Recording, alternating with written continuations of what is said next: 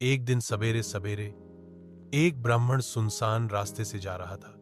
उसके साथ एक बकरी भी थी।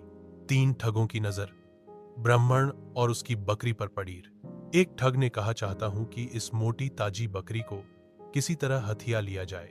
दूसरे ठग ने कहा, चलो हम बकरी छीनकर भाग चले, यह मोटू ब्राह्मण हमारा कुछ नहीं बिगाड़ पाएगा। तीसरे ठग ने कहा, नहीं, बकरी छीनकर भागने की कोई जरूरत नहीं है, मैंने एक अच्छी तरकीब सोच ली है।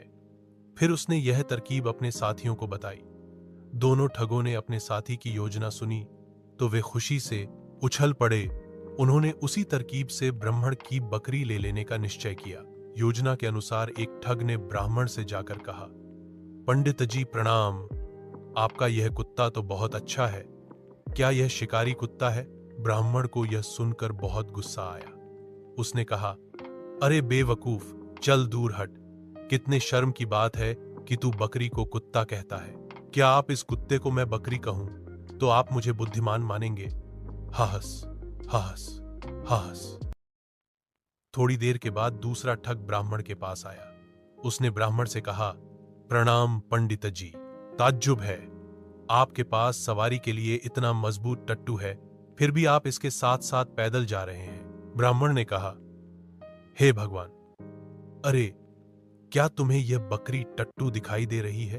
ठग ने कहा, मैं तो समझ रहा था कि आप कोई विद्वान ब्राह्मण होंगे, पर आप तो सनकी लगते हैं, आपको तो टट्टू और बकरी में कोई फर्क ही नजर नहीं आता।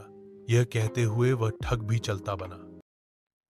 कुछ समय के बाद तीसरा ठग ब्राह्मण के पास आया। उसने कहा, पुरोहित जी प्रणाम, अरे आप इस गधे को कहां लिए जा रहे हैं? यह सुनकर ब्राह्मण चकरा गया। उसने कहा, यह गधा है, बिल्कुल गधा ही तो है यह, ठग ने दावे के साथ कहा। यह सुनकर ब्राह्मण घबरा गया।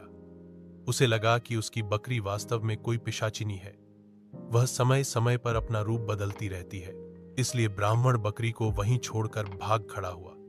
यह देखकर तीनों ठग बहुत खुश हुए। वे खुशी खुशी बकरी को लेकर चलते बने। शिक्षा, लोगों की बातें सुनकर अपनी धारणा मत बदलो।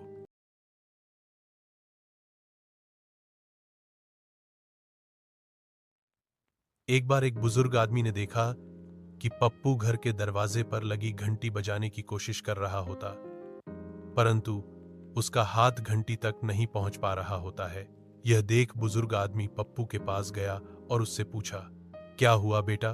पप्पू, कुछ नहीं, मुझे यह घंटी बजानी है, पर मेरा हाथ नहीं पहुंच रहा, तो क्या आप मेरे लिए यह घंटी बजा देंगे?